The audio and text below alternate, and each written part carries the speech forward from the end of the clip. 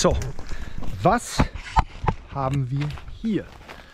Wir haben hier einen Eingang. Wir haben hier allerdings einen anderen Eingang als den ich euch gleich noch auf einem Foto zeigen werde. Also dieses Lager muss so gesehen 2 Eingänge gehabt haben. Wobei wir schon beim Thema sind, Lager. Wir haben hier nämlich ein ehemaliges Freiwilligenarbeitsdienst, späteres Reichsarbeitsdienstlager. Der Freiwillige Arbeitsdienst existierte bereits vor der Zwangsverpflichtung, dann im Dritten Reich und bevor es dann halt in den Reichsarbeitsdienst umging. Das Ganze ist überging. Das Ganze ist eine Sache, die es auch schon zu Weimarer Republikzeiten gegeben hat. Ein bisschen Geschichtliches darüber habe ich mal in meinem Video RAD-Lager Rhön gemacht. Bevor wir jetzt da vorne auf diese Infotafel gucken, wo nämlich noch einiges steht, einiges Interessantes, gucken wir uns doch mal eben kurz diesen Eingang hier so ein bisschen an. Zunächst haben wir hier also entsprechend einen Torpfosten, einen Eingangspfosten, eine Säule. Das hat man gebaut, gehe stark davon aus entsprechenden Findlingen, Steinen, die hier eben im Feld überall zu finden sind, in der Emsland-Gegend. Dann hat man das Ganze auf jeden Fall mit einem Tor ausgestattet. Hier ist der entsprechende Zapfen. Unten sehe ich da jetzt nichts. Da war vielleicht mal was dran, aber ja, aller Wahrscheinlichkeit nach war da was. Ich kann es nicht sehen. Ich kann es nicht sehen. Wir gehen hier rüber. Dann haben wir so einen kleinen, ja, wie soll ich das sagen, so einen kleinen Mittelpfosten im Endeffekt. Hier ist dann auch wieder so eine Aufnahme, so ein Zapfen für ein Tor. Und letzten Endes hier für, ich sag mal mutmaßlich für Kfz oder für größere Gruppen, wenn der Reichsarbeitsdienst vielleicht auch ausgerückt ist, dann sind die ja auch immer marschiert, wie in der Wehrmacht letztlich, so dass das auf jeden Fall da durchging. Dann haben wir hier vorne einen schmaleren Durchlass und da gehe ich jetzt mal davon aus, dass das hier so eine Art Einzeldurchgang war, also das Fußgängertor. Ne? Hört sich ein bisschen komisch jetzt an, aber es wird wohl so gewesen sein. Hier hatten wir irgendeine Inschrift drauf. Irgendwas war da drauf, stand da drauf. Ich kann euch wirklich beim besten Willen nicht sagen, was das mal gewesen sein soll. Es lässt sich wirklich nichts mehr irgendwie davon entziffern. Hier ist ebenfalls wieder so eine Aufnahme für ein Tor. So, auf der anderen Seite, oh ja, hier sehen wir noch so ein Metallband. Das ist aber komplett geschlossen, wie ihr seht. Das führt einmal da oben rein, führt da unten rein und ist hier in der Mitte. Ja, so vernietet, ne? Beziehungsweise hier ist irgendwie so ein Teil drauf. Ach, das wird einfach nur. Ach, hier ist wahrscheinlich das vom Schloss. Das Ding ist da eingerastet vielleicht. Von der Tür. Ja, da fehlt mir jetzt auch gerade eben der Fachbegriff für, wie das Ding jetzt heißt an der Tür. Egal. So, wir kommen jetzt hier mal eben kurz zu diesem Dingen. Hier steht drauf Reichsarbeitsdienstlager Abteilung 28 und ich habe auch schon gesehen im Internet, es gibt da eine Postkarte, die ist allerdings stellt letztlich dieses hier dar. Kostet Geld, kann ich so also nicht in mein Video einbauen. Das heißt, ich kann hiervon aber was abfotografieren, werde ich gleich auch noch tun. Und hier seht ihr schon anhand einfach auf den ersten Blick schon, dass das hier nicht der Eingangsbereich sein kann, den wir hier gerade gefilmt haben. Denn hier hier fehlt einfach dieser Mittelpfosten da. Nächster, komm hier hin. So, der musste mal eben ranpfeifen. Das Problem ist, wir haben hier vorne direkt so eine Hauptverkehrsstraße und wenn der hier zu weit drüber läuft, dann muss ich ein bisschen drauf achten. Gut, egal. Also, das Ganze sehen wir hier und wir sehen hier auf jeden Fall auch etwas drauf aufgebracht auf das Schild. Ich weiß nicht, ob man es auf der Kamera erkennen kann. Mehr sein als scheinen steht da. Und das kann man eben auf dem anderen Ding nicht mehr entziffern, wenn es denn die gleiche Parole gewesen ist. Und hier steht dann noch Reichsarbeitsdienst Emsland Abteilung 28.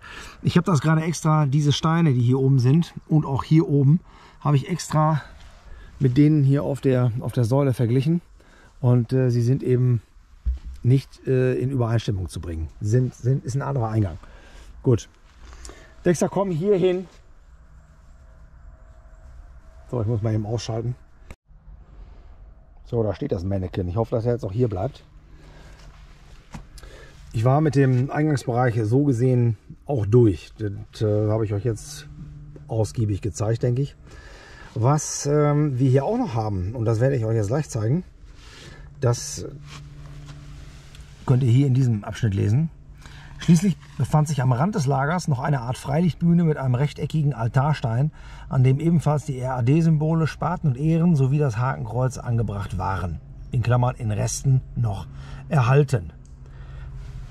Das ist in Resten noch erhalten, das ist da vorne runter und das gucken wir jetzt.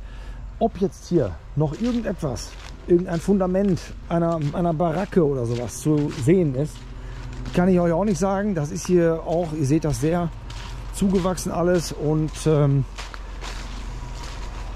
ich habe da jetzt auch keine Zeit für, mir das hier genau anzugucken, ob man da irgendwo noch was finden kann. Ich nehme aber an, dass da nichts ist, weil es findet auch keinerlei Erwähnung irgendwo in den Quellen, die es da entsprechend noch drüber gibt. Es gibt auch noch eine schöne Quelle. Ach, eine schöne Quelle. Es gibt also diverse Dinge darüber auch im Internet. Man muss das nur eben mit den richtigen Suchworten umschreiben, dann findet man das auch. Ja, und hier seht ihr unverkennbar diesen Altarstein dieser Freilichtbühne. Hier sehen wir auch wieder die typischen Steine, die wir hier überall wiederfinden. Da hat man sowas aufgemauert. Hier vorne gibt es so einen kleinen Treppenaufgang, das sind irgendwie 2 Stufen. Und dann hat man hier letzten Endes nur so einen kleinen Bereich, wo man irgendwas hätte darstellen können. Dann steht man hier und spricht. Ja, der Dexter steht da auch, lauscht. Jetzt kommen wir mal zu der eigentlich spannenden Sache, sage ich mal. Jetzt haben wir hier eben dieses RAD-Symbol. Das kann man hier natürlich noch, das heißt natürlich, das kann man noch richtig gut erkennen. Jetzt ist nur die Frage, was genau steht dort drauf. Ich denke, hier haben wir eine 42. Aller Voraussicht nach wird hier eine 1900 gestanden haben. Das ist, glaube ich, nur abgeplatzt. Schwierig. Und das hier oben, also es sieht ja schon aus, als wenn da Telchte steht, ne? Also Telchte hat ja jetzt hiermit eigentlich überhaupt nichts zu tun. Aber das kann natürlich auch eine Abkürzung sein. Ich bin mit Reichsarbeitsdienst, da bin ich auch nicht sonderlich firm drin. Wir nehmen das jetzt mal so zur Kenntnis.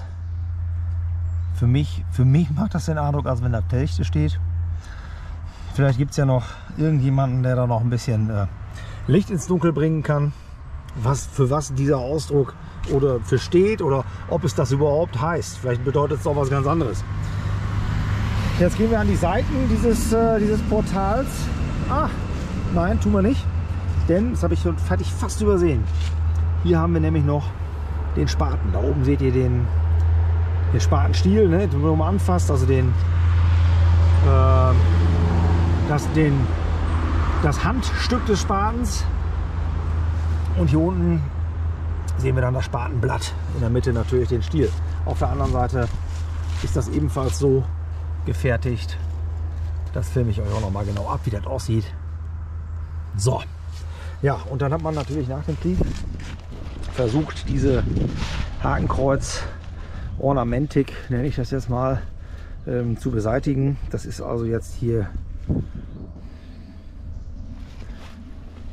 es ist halt abgeschlagen worden. Ne? Irgendwer hat es hier überpinselt.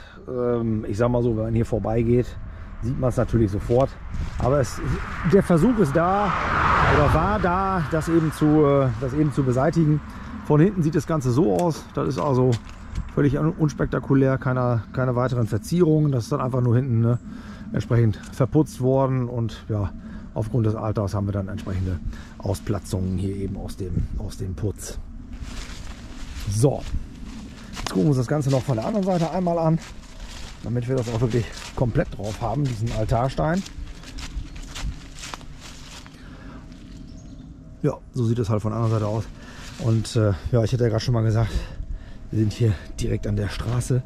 Hier war gerade, habt ihr ja gehört, ordentlich Verkehr. Hier oben drauf sehe ich jetzt so nichts mehr. Und damit begeben wir uns hier noch einmal vor diesem Bereich. Wir haben hier auf jeden Fall noch eine Bodenstruktur. Hier ist irgendetwas auch noch mal aufgemauert worden, oder ist es, naja, das ist mehr Beton, das ist mehr irgendwie gegossen. Vielleicht hat man da mal irgendwie eine Flagge auch reinstecken können oder was. Ja, da vorne liegen nur noch ein paar Holzklötze im Wald herum. Ja, so sieht das hier aus. Reichsarbeitsdienstlager, Läden. Und das war es dann auch schon. Viel mehr gibt es dazu letzten Endes nicht zu sagen, beziehungsweise es gibt natürlich schon noch etwas dazu zu sagen. Es gibt da diverse sag ich mal, Aufzeichnungen, was hier alles so passiert ist, was die hier gemacht haben, woran die hier gearbeitet haben. Das könnt ihr aber auch dem Internet entnehmen. Das will ich jetzt nicht auch noch alles vortragen, weil ihr wisst ja, mein Kanal beschäftigt sich mit den Strukturen, die eben noch da sind. Da muss ich jetzt nicht die kompletten geschichtlichen Hintergründe dafür liefern. Das könnt ihr dann, wer das dann genauer wissen möchte, auch einfach im Internet nochmal nachlesen. Gut, ich hoffe, das Video hat euch hier gefallen. Lasst gerne ein Abo da, unterstützt mich mit einer Kanalmitgliedschaft. Schreibt was Zielführendes in die Kommentare. Und geht auch mal beim Simon vorbeischauen auf dem Kanal. Zeichen der Vergangenheit, der hat auch immer wieder interessanten Content. Ja, und mit diesem letzten Eindruck sage ich ciao.